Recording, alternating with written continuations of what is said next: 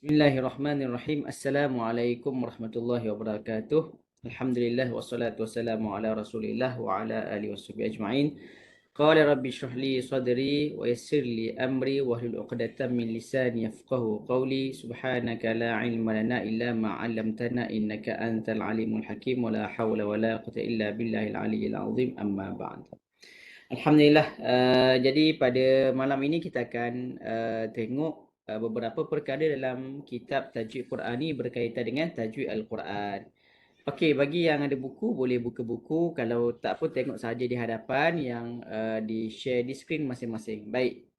Okey, pada malam ni kita akan tengok bab mad far'i. Mad ada dua, diulang sekali lagi. Yang pertama ialah mad asli, yang kedua ialah mad far'i.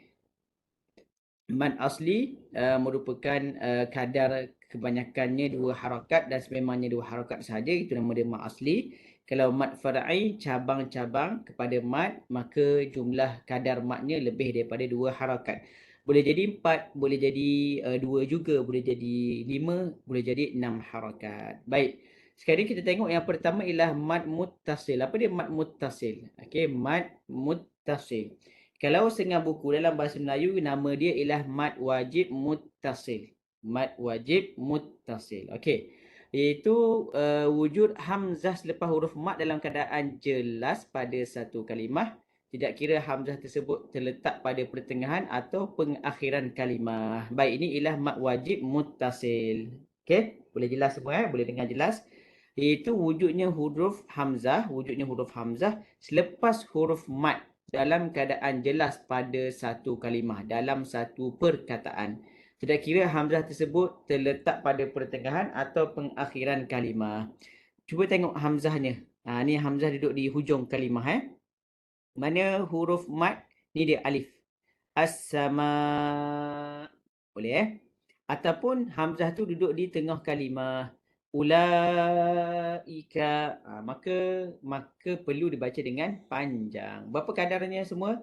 Iaitu 4 ataupun 5 harakat, yakni ketika wakaf atau wasol, yakni bersambung bacaan. Okey. Jadi kita boleh baca berapa? 4 ataupun 5 harakat. Sama ada kita nak berhenti wakaf minas sama, contohnya kan 4 harakat, atau kita nak sambung bacaan kita minas samaa'i ma'an fa akhraja bih, contohnya. Namun 4 harakat merupakan harakat yang biasa dilaksanakan. Jadi kebiasaannya dalam bacaan apabila bertalaki dengan mana-mana guru biasanya menggunakan 4 harakat sahaja. Ia juga diharuskan untuk memanjangkan lagi sehingga 6 harakat. Okey, tengok semua. Boleh panjang lagi sehingga 6 harakat jika hamzah tersebut terletak pada akhir kalimah dan pembaca ingin menghentikan bacaan.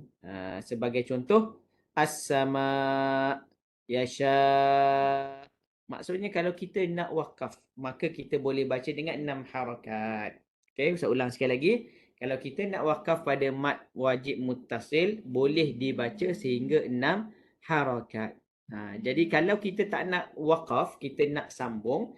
Kalau kita nak sambung, baca 4 ataupun 5 harakat. Ini dia 4 ataupun 5 harakat sahaja. Tapi kalau kita nak wakafkan dia dalam keadaan hamzah duduk di hujung, maka dibolehkan sehingga 6 harakat. Harus hukumnya ialah harus. Maksudnya kalau nak buat 4 pun boleh, 5 pun boleh, tidak ada masalah. Dinamakan sebagai muttasil kerana penyambungan huruf mad dan hamzah selepasnya dalam satu kalimah. Sebab apa nama dia mad muttasil? Muttasil maksud dia bersambung. Muttasil. Okey. Silah. Pernah dengar tak nama silaturahim? Pernah dengar perkataan silaturahim? Kalau Indonesia disebut silaturahmi. Silaturahmi. Okey. Jadi silaturahim, silah maksud dia penyambung, rahim ialah kasih sayang. Jadi kita kena sambungkan kasih sayang dengan ahli keluarga dan juga orang mukmin yang lain. Jadi kat sini mad muttasil daripada kalimah silah sad lam. Okey. Jadi mad muttasil maksudnya ialah menyambung, iaitu huruf mad dan hamzah selepasnya dalam satu kalimah, bertemu dalam satu kalimah. Ni satu perkataan. Mana dia hamzah? Ini. Mana dia huruf mad? Ini alif. Okey. Kalau huruf waw min su, laisu boleh, su pun nama dia ialah mad wajib muttasil. Okey.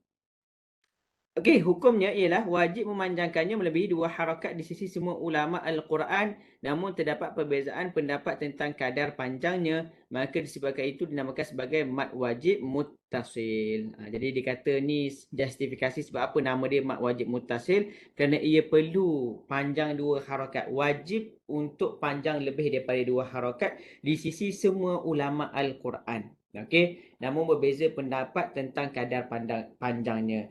Mad muttasil tidak ada 2 harakat. Jadi kalau ada yang baca mad jaiz 2 harakat, maka dia kena betul-betul berhati-hati. Kena baca 2 harakat mad jaiz, tapi mad muttasil wajib baca dengan 4 ataupun 5 harakat. Okey, jelas semua. Kalau tak jelas boleh tanya. Tidak ada masalah. Okey, yang kedua pada malam ini iaitu mad munfasil. Tadi muttasil, M-U-T. Yang ini ialah M-U-N, munfasil. Apa dia mad munfasil? Kita tengok sama-sama.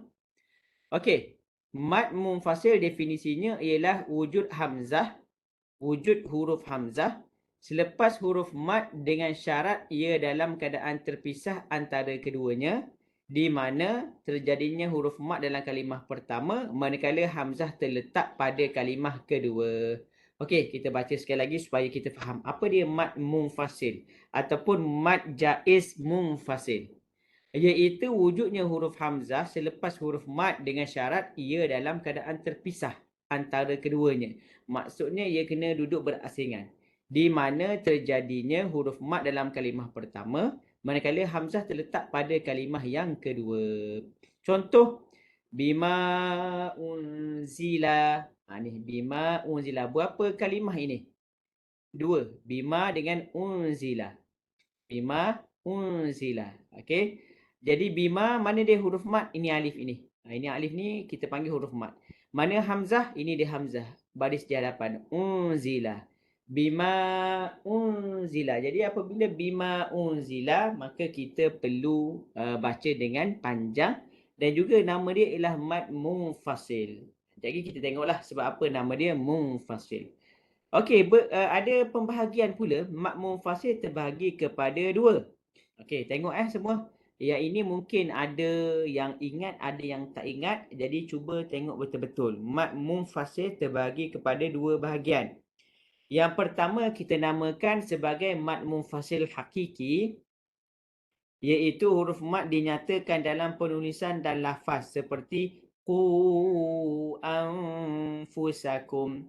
Okey bima unzila. Ini ialah mad munfasil hakiki. Okey, ini 2 contoh Bima unzila dengan qu anfusakum. Apa dia nama dia? Mad munfasil hakiki. Iaitu huruf mad dinyatakan dalam penulisan dan lafaz. Dalam bacaan ada bacaan panjang.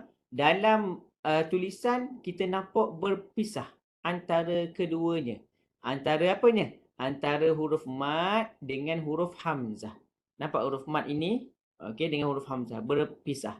Huruf mad alif berpisah dengan huruf hamzah dalam 2 kalimah. Baik, itu nama dia apa dia? Mad munfasil hakiki. Ada satu lagi semua, okey, iaitu mad munfasil hukmi. Mad munfasil hukmi iaitu huruf mad tidak dinyatakan dalam tulisan, namun ia disebut dalam lafaz. Okey, saya ulang sekali lagi. Huruf mad tidak dinyatakan dalam penulisan, namun ia disebut dalam lafaz. Seperti contoh, haula'i in kuntum, ha antum, ya ayyuha. Okey. Ianya iaitu ia tidak diharuskan untuk menghentikan bacaan pada kalimah pertama tersebut, iaitu ke atas ya atau ha. Ya ini ataupun ha. Kerana berada dalam satu kalimah yang telah pun tertulis sedemikian rupa dan tidak boleh memisahkan sebutan antara keduanya. Okey, baik. Ini ialah mad munfasil yang digabungkan dalam satu kalimah. Okey, yang ni yang ramai keliru. Yang ni yang ramai pelajar keliru ataupun pembaca keliru. Mereka ingat ini ialah mad muttasil. Mereka ingat ini ialah mad wajib muttasil. Jadi jawapannya ialah salah. Ini ialah mad munfasil hukmi. Sebab apa nama dia hukmi? Kerana hukumnya ialah mad munfasil. Tetapi dari sudut fizikalnya seperti mad muttasil. Cuba tengok Ya ayyuha. Berapa perkataan dalam ni? Kita nampak ada satu. Sebenarnya ada dua. Ya, wahai, ayyuha. Maka dipecahkan kepada dua. Ha, antum. Okey. Ha, ulai. Okey, ini ialah dua kalimah sebenarnya. Tetapi dalam resam, ia ditulis sebagai satu kalimah. Okey, ulang Asalnya ialah dua perkataan, tetapi dalam resam Osmani ditulis dalam satu kalimah. Tetapi ia ialah hukumnya apa dia? Mad munfasil. Okey. Iaitu tidak diharuskan untuk henti bacaan pada kalimah pertama. Jadi tak boleh nak berhenti ni. Ha, tak boleh berhenti. Tak boleh berhenti Ya, tak boleh berhenti. Kalau yang ni boleh berhenti tak ni? Kalau kita baca kan? Ya ayyuhallazina amanu qu anfusakum. Kita nak berhenti dekat ku. Ya ayyuhallazina amanu qu. Boleh tak berhenti? Boleh, harus. Tidak ada masalah. Kalau nafas kita tak cukup, kita boleh berhenti. Ataupun kita nak berhenti dekat bima unzila. Boleh. Contoh وَالَّذِينَ يُؤْمِنُونَ بِمَا أُنْزِلَ إِلَيْنَا. Contoh tu sambung. Kalau kita nak berhenti, وَالَّذِينَ يُؤْمِنُونَ بِمَا. Dua harakat sahaja. Tetapi kalau dia sambung begini, tidak harus kita hentikan bacaan pada kalimah pertama. Sama ada nak berhenti pada ya ataupun kita nak berhenti pada huruf ha, kerana pada dalam satu kalimah yang telah tertulis sedemikian rupa di mana kita tak boleh memisahkannya. Okey, jadi ini ialah info yang bagi siapa-siapa yang tidak tahu, ini info yang baru. Hukum mad munfasil ia ada dua. Satu mad munfasil hukmi, satu lagi mad munfasil hakiki. Hakiki dan juga hukmi. Baik, kadarnya. Berapa kadar mad munfasil? 4 ataupun 5 harakat. Keduanya dibolehkan dalam pembacaan, namun 4 harakat adalah lebih digalakkan. Okey. Sebab penamaan, sebab apa kita namakan sebagai munfasil? Okey. Ia dinamakan sebagai mad munfasil kerana pemisahan antara huruf mad dengan hamzah dan kedua-duanya terletak pada kalimah yang terpisah. Munfasil infasala maksud dia berpisah. Kalau muttasil daripada ittasala, maksud dia bersambung. Ittasala bersambung, muttasil bersambung, infasala munfasilun maksudnya berpisah. Jadi sebab apa berpisah dinamakan mad berpisah? Sebab berpisahnya antara huruf mad dengan huruf hamzah dalam keadaan dua kalimah yang berbeza. Okey, jelas tak Jelas semua Okey. Sambung lagi, sikit lagi kita habiskan bab ini. Hukum diharuskan daripada pendapat sebagian ulama untuk mengurangi harakatnya sebagai 2 harakat. Okey, sebelum ni pernah dengar tak orang baca mad munfasil 2 harakat? Ya ayyuhallazina amanu qu anfusakum. Okey, dia baca 2 harakat. وَالَّذِينَ يُؤْمِنُونَ بِمَا أُنْزِلَ إِلَيْكَ وَمَا أُنْزِلَ مِنْ قَبْلِكَ. Itu 2 harakat. Jadi hukumnya apa dia? Harus. Okey. Oleh sebab itu ia dinamakan sebagai mad jaiz munfasil. Nampak tak ada perkataan apa? Jaiz. Jaiz maksud dia apa? Harus. Jawaz ataupun jaiz harus. Harus apa? Harus 2, harus 4, harus 5 harakat. Sesungguhnya tidak harus memendekkannya di sisi bacaan Imam Hafs an Asim mengikut Tariq Syatibi, iaitu wajib 4-5 harakat sahaja. Dinamakan dengan jaiz kerana ia dibaca dengan pendek mengikut Tariq kaedah bacaan yang lain. Jadi tak boleh kalau kita nak pendek dalam keadaan kita baca qiraat riwayat Imam Hafs an Asim mengikut Tariq Syatibi, itu kita wajib baca 4-5 harakat sahaja. Jadi bagi yang baca 2 harakat sepatutnya ia perlu bertalaki, belajar cara bacaan 2 harakat dengan guru, barulah mereka boleh aplikasi, boleh baca. Kalau ikut saja maka niscaya akan berlaku kesalahan. Okey. Kalau diikutkan baca 2, dia tidak belajar, dia tidak bertalaki dengan gurunya 2, boleh jadi ia akan tertukar. Ni ramai yang ustaz dengar, mat wajib, dia nak buat mat jaiz 2 harakat tetapi dalam masa yang sama mat wajib pun 2 harakat juga. Sepatutnya mat wajib tak boleh, mat wajib 4 ataupun 5 sahaja. Tidak ada istilah 2 harakat pada mat wajib. Jadi kita ikut bacaan apa di Malaysia kebanyakannya ni dia. Kita ikut bacaan Imam Hafs an Asim. Imam Hafs daripada gurunya Asim mengikut Tariq Syatibiyah, bukannya Tariq Jazari. Okey, boleh faham semua. Okey, nota. Mad munfasil wujud kerana hamzah datang selepas huruf mad dalam kalimah yang berbeza. Okey. Mad munfasil wujud kerana hamzah datang selepas huruf mad dalam kalimah yang berbeza. Apabila ingin menghentikan bacaan pada kalimah pertama, maka akan wujud penambahan mad dan hamzah menjadi mad tabi'i. Sebagai contoh, ma bima unzila. Jadi dia jadi ma lah. Ataupun terjadi mad badal di mana hamzah terletak selepas huruf mad. Contoh, waja'u abahum. Jadi kalau dia nak waqaf, waja'u. Jadi mad apa? Mad badal. Yang ni jadi apa? Bima unzila, bima. Jadi mad tabi'i ataupun mad asli, 2 harakat. Manakala jika dalam keadaan menyambung bacaan, maka ia merupakan mad hakiki. Namun pada hukmi pula, madnya kekal dalam keadaan wasal, yakni bersambung maupun waqaf berhenti, kerana tidak boleh waqaf pada sebahagian awal kalimah tersebut kerana bersambung. Wallahu ta'ala a'lam. Jadi pada malam ni kita tengok mad muttasil dan juga mad munfasil sahaja. Kita tengok pada 2 nama mad sahaja. Jadi para pelajar, para peserta yang hadir pada malam ni rasanya boleh faham apa itu mad wajib muttasil, apa itu mad jaiz munfasil. Dalam kebanyakan kitab Arab disebut mad muttasil sahaja. Dalam kebanyakan kitab Melayu mad wajib muttasil. Okey, kalau kita Arab mad munfasil. Kalau kitab Melayu mad jaiz munfasil. Ia merujuk kepada perkara yang sama. Tidak ada salah nak guna mana-mana nama. Yang penting baca tu biar betul. Jadi kalau berkelahi tentang nama, last kali baca tak betul pun tidak ada gunanya. Okey, wallahu ta'ala alam. Ada apa soalan di sini? Tak ada soalan Semua jelas ya tentang apa yang kita belajar pada malam ni. Okey, jelas.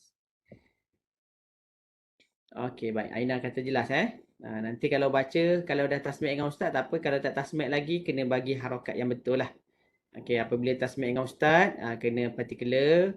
Kalau salah, ustaz akan potonglah 0.5 markah. Kalau betul tajwidnya, maka tidak akan dipotong. Okey. Baik, kita teruskan dengan talaqi surah Al-Ghashiyah. Boleh semua insya-Allah? Talaqi surah Al-Ghashiyah. Surah Al-Ghashiyah biasa dibaca kadang-kadang pada hari Jumaat, kadang-kadang pada subuh, kadang-kadang pada siang hari. Okey, kita baca ramai-ramai, insya-Allah kita bertalaqi dengan mengambil kira beberapa hukum tajwid yang ada.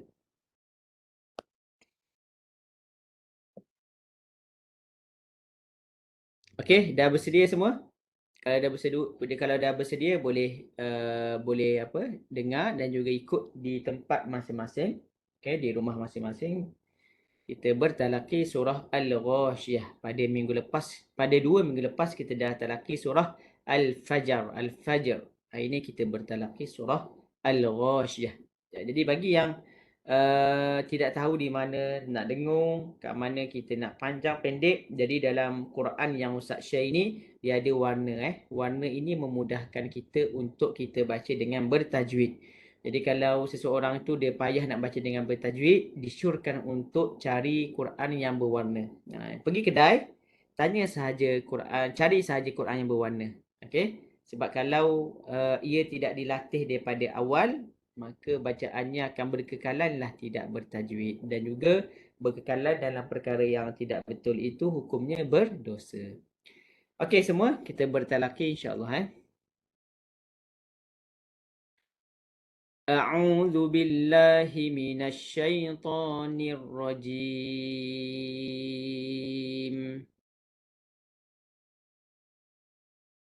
بسم الله الرحمن الرحيم